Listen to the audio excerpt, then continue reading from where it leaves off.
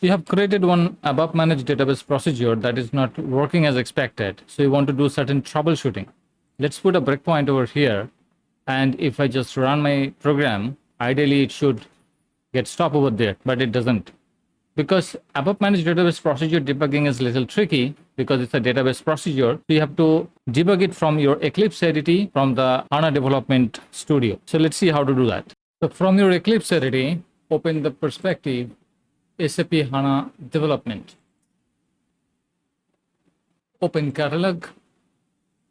From that, my system is SAP ABAP for HANA.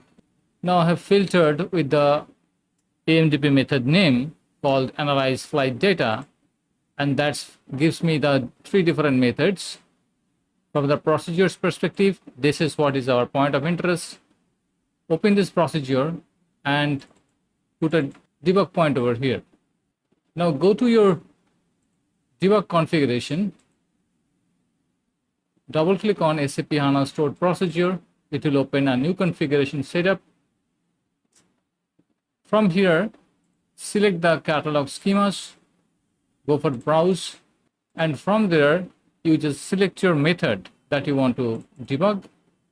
Once the debug method is selected, go to the second button, select your system, and put your SAP HANA user ID. For me, the user is SAP A4H. Let's put that. Apply. Let's open the debug perspective, and you see the thread is running. So now run the program. Now its debug gets stuck, and you open, the cursor is over here. All the runtime variables information you can see over here. Let's check the flight metrics. For that, I have put another breakpoint and click on this button, and you can see the cursor gets stuck over here, and I can see the flight matrix contains 52 rows. Right click, go for open data preview, and here I can see the table entries.